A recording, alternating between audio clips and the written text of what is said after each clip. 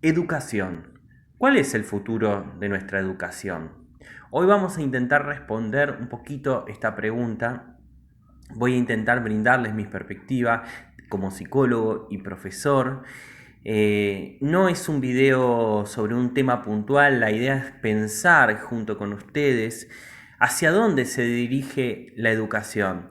Y si ustedes creen que esto no los va a afectar, creen que esto no es un tema de importancia, o piensan a lo mejor yo no voy a tener hijos que tenga que mandar a la escuela, así que no es un problema para mí, o falta mucho tiempo para eso, se van a empezar a dar cuenta de que sí los afecta de una u otra forma.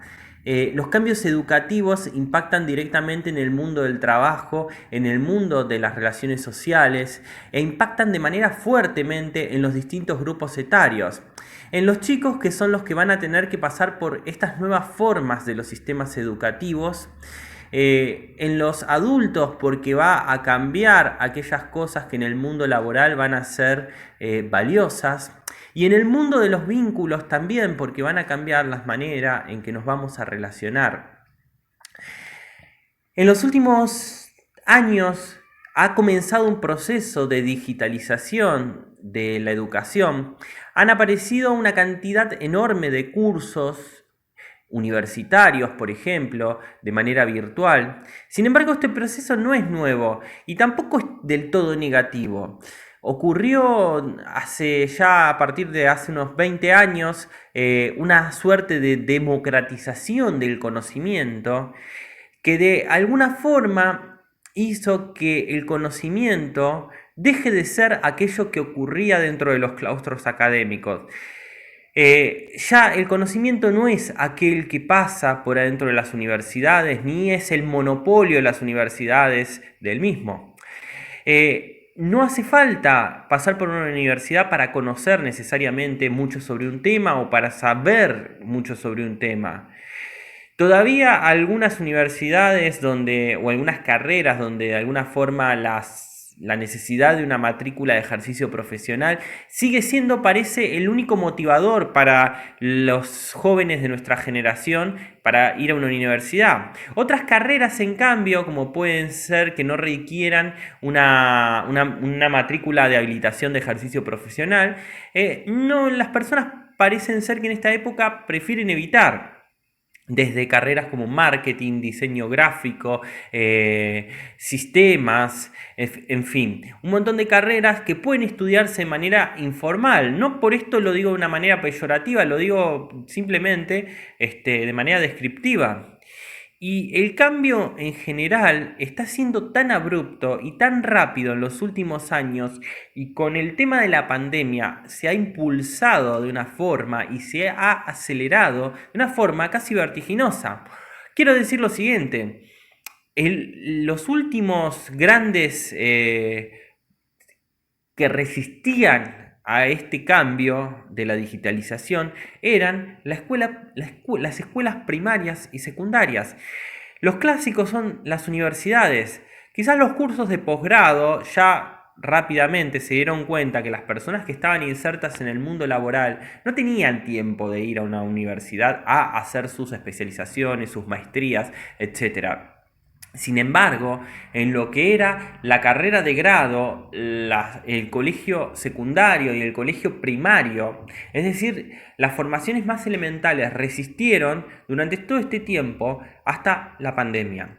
Con la pandemia se comenzó un proceso avanzado de digitalización y de trabajo online, donde la presencialidad pasó a un segundo plano, pero no solo la presencialidad pasó a un segundo plano. Esto va a generar una competencia muy fuerte entre aprendizaje formal e informal, porque las personas se van a plantear, realmente, si lo que me ofrece la universidad online, ¿qué tan distinto es de lo que me ofrece, por ejemplo, algún tipo de curso de capacitación o alguna escuela especializada que hay en internet sobre un determinado tema? Y después la segunda pregunta: si un curso online, ¿en qué medida difiere, por ejemplo, del recorrido o la formación que uno mismo puede hacer porque le interese un determinado tema a través de el conocimiento que está disponible en las distintas plataformas? Entonces empieza a haber una suerte de cuestionamiento de todo esto, que es algo propio de esta época.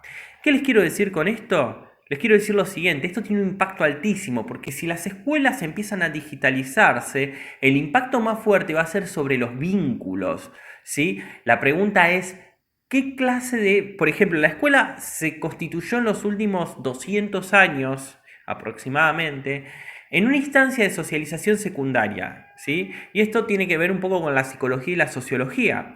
¿Qué es la socialización primaria? Es la que tenemos dentro de nuestra familia, ¿no? En nuestro núcleo más cercano, con nuestra mamá, nuestro papá. Y la psicología lo ha investigado esto de distintas formas, ¿no? Con el nombre de socialización primaria, en el psicoanálisis como complejo de Edipo, en fin, de múltiples maneras. Lo cierto es que se sabe que esa socialización primaria es fuertemente importante, ¿no?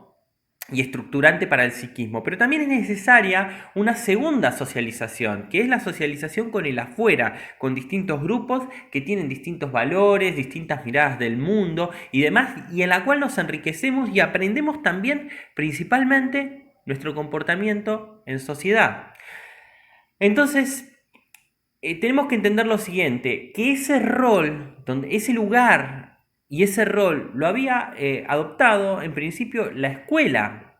Ahora, ¿qué ocurre? ¿Qué pasa si los vínculos se vuelven virtuales? ¿Cómo se va a dar esa socialización secundaria?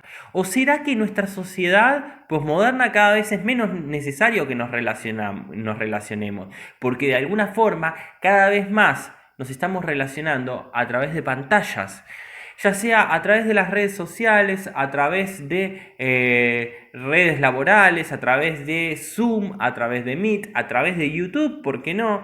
Es decir, cada vez los vínculos se van virtualizando, nuestros amigos nos relacionamos cada vez más tiempo, hagan un ejercicio de reflexión, cada vez nos relacionamos más tiempo a través de WhatsApp que de manera presencial. Quizás el último núcleo duro todavía sigue siendo la familia, ¿no? Porque de alguna manera convivimos bajo el mismo techo.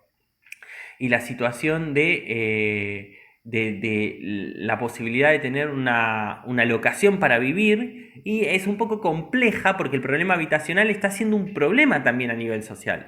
Pero al margen de eso, en general, casi nuestros distintos áreas vitales, nuestra amistad, trabajo, educación, entretenimiento, está pasando a través de una pantalla. Entonces la pregunta es, la escuela como socializador secundario, tal como lo conocíamos, ¿no está empezando a desaparecer o no se hace ya anacrónico para los tiempos que vivimos? ¿No es más necesario en nuestra época quizás empezar a pensar que la socialización secundaria va a darse de una manera virtual o el peso tiene que empezar a formarse en lo virtual? ¿Cuáles son los problemas actuales, no? ¿Cómo les enseñamos a nuestros niños a manejarse por las redes sociales y a cuidarse, ¿no? De las personas maliciosas? ¿Cómo educamos a la gente de cómo manejarse en la web? Lo cierto es que actualmente el conocimiento ya no compite con el conocimiento que el docente tenía. El docente dejó de ser el que poseía el conocimiento para dárselo al alumno y ser, digamos, ese banco de conocimiento ilustrado y certificado el cual le brindaba a los alumnos todo su saber. Lo cierto es que en esta época cambió radicalmente esto. Todos tenemos acceso a una pantalla que nos dice qué dijo tal o cual autor. El docente ya no puede competir contra esto. Lo cierto es que, ¿cuál va a ser la diferencia entonces que el docente puede apuntar? La gran diferencia es, en realidad, este problema no es nuevo, este problema ya existía, ¿sí? Digo, un docente no competía contra los libros en su momento.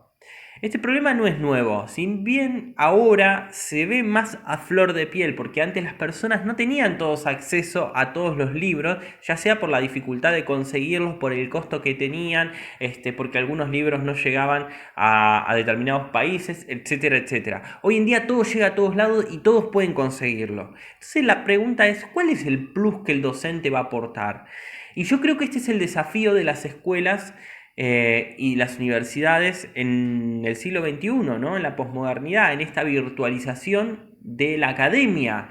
Yo creo que tiene que haber una virtualización de la academia. No es que la academia va a desaparecer. Cuando digo la academia me refiero a la formación oficial, a las universidades, las escuelas, los colegios secundarios o bachilleratos, los profesorados, etc. Esa formación no va a desaparecer, pero sí tiene que virtualizarse. Y el docente tiene que cambiar su rol, y su rol va a ser muy diferente. Su rol va a ser quizás no el de portador de conocimiento, sino de aquel que sirve como guía de cómo poder manejarse en todo ese conocimiento disponible que existe en las distintas redes sociales, de cómo utilizarlo a ese conocimiento que está ahí disponible. Porque lo cierto es que una cosa, o lo que nos puede brindar la educación, o mejor dicho, lo que nos puede brindar los distintos conocimientos que circulan en la web, es información.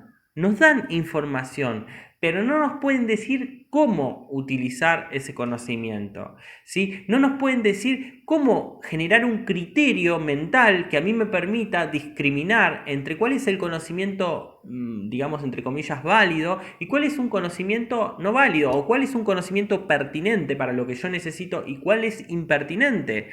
Vivimos en la era de la información, pero vivimos paradójicamente en una era donde se fomenta muy poco la capacidad crítica, donde va a ser el gran desafío fomentar la capacidad crítica y la capacidad de discriminación, en última instancia, algo que la educación decía que lo formaba, y sin embargo muchas veces no se formaban, que es la capacidad crítica.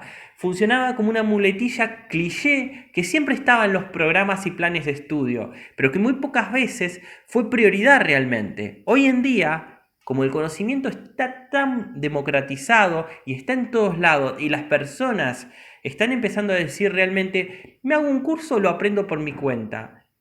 Realmente los docentes tienen que salir a poder generar esta capacidad crítica y que este sea realmente el plus de la educación. El único plus que siempre estuvo, que siempre debió tener la educación, que es fomentar la capacidad crítica de las personas.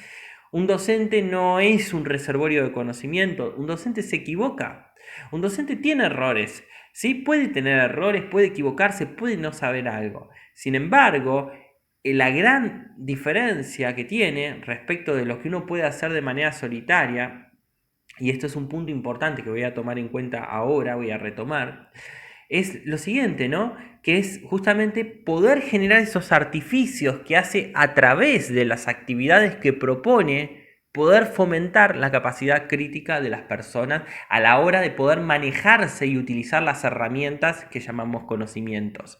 ¿Bien? Y otro punto importante es que las personas no aprendemos en soledad frente a una pantalla. Las personas aprendemos compartiendo conocimientos con otras personas, ¿sí? Las personas necesitamos del vínculo social para poder aprender. Alguna vez, hace poquito, hice un video que se llamaba algo así como el vínculo social en el aprendizaje. Se los voy a dejar acá arriba en la descripción. Ahí utilicé una metáfora o un cuento que explicaba muy bien cómo las personas necesitamos de un otro para poder aprender. Cómo el conocimiento se va construyendo y no es realmente que a través de un libro directamente aprendemos o a través de una pantalla aprendemos. Necesitamos de un otro. Ese otro puede ser virtual, puede ser presencial, pero tiene que haber un fenómeno que llamamos interacción. La interacción social es la constructora del conocimiento. Quiero decir, cuando nosotros interactuamos con un otro, sea un otro de un libro que lo forma de una manera, lo crea de una manera didáctica, una clase con un docente que le podemos preguntar y él nos pregunta y nos repregunta, ¿no? Este principio casi socrático de la filosofía griega, ¿qué es lo que generaba? Generaba que yo pueda construir o que pueda aparecer algo más allá de lo que yo sé y de lo que el otro sabe. En esa interacción y ese proceso dialéctico que tengo con la otra persona, se va apareciendo una suerte de, llamémosla, de síntesis, una una construcción diferente y más rica de lo que podemos saber individualmente. Y yo creo que ese es otro de los grandes desafíos y por qué la educación va a seguir estando y el rol docente va a seguir estando de una manera virtual. Pero no podemos desconocer los cambios que hubieron en los últimos años. Y por último, y para terminar, quiero que entiendan lo siguiente. No solo están cambiando los vínculos, no solo está cambiando la educación, también se va a cambiar el mundo del trabajo y tenemos que anticiparnos a aquellos que tenemos un rol de docentes, aquellos que ustedes que quizás puedan ser estudiantes y están pensando en estudiar, dicen, o aquellos que son profesionales y dicen, bueno, yo ya estudié, a mí no me va a cambiar en nada. Sí te va a cambiar, y mucho. Porque ¿qué ocurre en el mundo del trabajo? Empieza a aparecer un fenómeno que es que en el mundo laboral, ya sea las personas que están buscando un servicio o las empresas que buscan contratar a alguien para que ofrezca un determinado tipo de servicio, un profesional y demás, la idea de profesional está cambiando. ¿Sí? La idea del trabajador está cambiando. Ya no piden títulos universitarios, salvo raras excepciones, como decíamos al principio, aquellas carreras que requieran de una matrícula habilitante para el ejercicio de la misma. Fuera de ese campo, en el último tiempo ya nadie pide los títulos. ¿Sí? Nadie está pidiendo los títulos porque no son garantía de que la persona vaya a servir o que pueda funcionar en el mundo del trabajo. La experiencia se ha vuelto, digamos, un factor más importante que los títulos en sí mismos, porque la experiencia garantiza de que la persona sabe hacer lo que dice hacer y que de hecho lo hizo y lo ejecutó y que durante un tiempo se pudo mantener porque tiene las competencias para poder hacerlo. Y en última instancia, el que va en busca de un servicio a un profesional quiere eso, no quiere el título, porque sabe que el título muchas veces no certifica algo que realmente posiblemente no esté, porque lo que está certificando un título es que alguien transitó una instancia de formación, pero otra cosa es saber utilizarlo y haberlo utilizado y que esa persona haya puesto en práctica esas habilidades, ¿no? Son dos cosas diferentes. Y en ese sentido también, otra de las reflexiones que les quiero dejar es que en el mundo del trabajo están habiendo muchísimas transformaciones, incluso para aquellas carreras cuyo título es habilitante, ya hoy en día a los que buscan servicio no les interesa de dónde provienen, de qué universidades vienen y demás. Las personas cada vez más. Incluso estamos pasando, miren, les voy a decir algo más, estamos pasando ya no que la experiencia es más importante que los títulos, esto lo sabemos todos, seguramente si ustedes buscaron trabajo, ya lo saben y me van a decir, Claudio, no me estás contando nada nuevo, esto ya es de hace casi 10 o 15 años atrás. Entonces les voy a dar algo más, voy a ir un pasito más allá para aportarles algo.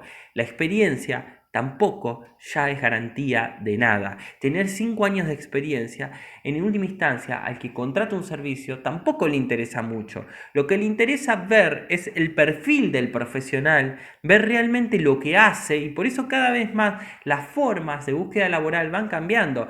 Cada vez más las personas, por ejemplo, los psicólogos, los médicos, les llegan los clientes cuando están mostrando su trabajo, ¿sí? Es más importante mostrar el trabajo, lo que uno hace, lo que uno sabe, lo que uno dice, ¿no? Que la gente cada vez más, los profesionales encuentran trabajo trabajando, se suele decir, cuando muestran lo que están haciendo. Porque ahí la experiencia puede ser relativa, puede ser mentirosa, que alguien estuvo 5 años en una empresa, no es garantía de que haya trabajado bien. Aunque pida las referencias y llame al antiguo jefe, porque también hay diplomacia en todo esto. Entonces, ¿qué les quiero decir con esto? Muchas veces los empleados no hablan mal de sus antiguas empresas, pero tampoco los jefes hablan mal de sus antiguos empleados, ¿sí?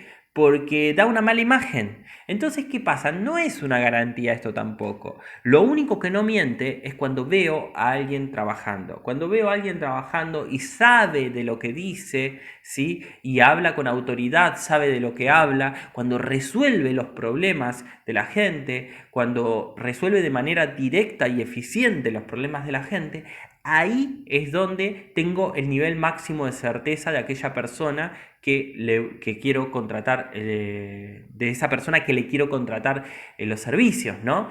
Entonces, yo creo que en el mundo actual del trabajo cada vez se apunta más a eso. Por lo tanto, obviamente, los profesionales cada vez tienen mayor nivel de exposición. No solo los profesionales, cada uno que hace algo cada vez tiene mayor exposición y muestra lo que hace a otras personas. En última instancia, yo creo que está habiendo un profundo cambio social, y con esto es un poco lo que les quería transmitir de manera humilde el día de hoy. Está habiendo un profundo cambio social en la educación, en los vínculos sociales, ¿no? En la manera de relacionarnos y en el mundo del trabajo. Y todos estos, cuando se mueve un eslabón de cada uno de estas partes, se ve afectada de manera directa todo el sistema. Esto es lo que en su momento, bueno, autores como Bauman se iban anticipando cuando hablaban de modernidad líquida, que les voy a dejar acá el enlace a aquellos que no lo conocen. Y también cuando hablaban de vínculos líquidos, ¿no? Que también les voy a dejar el enlace acá arriba. Así que bueno, les dejo esto como reflexión el día de hoy sobre el futuro de la educación y del mundo laboral y los vínculos. Espero que les haya gustado este video, espero sus comentarios con entusiasmo. Déjenme saber en el buzón de comentarios si les gustó, qué opinan ustedes, ¿no? Qué opinión tienen sobre este tema. También acepto sugerencias para futuros videos. No dejen de darle like y de suscribirse y nos vemos en un próximo video. Un saludo de todo corazón.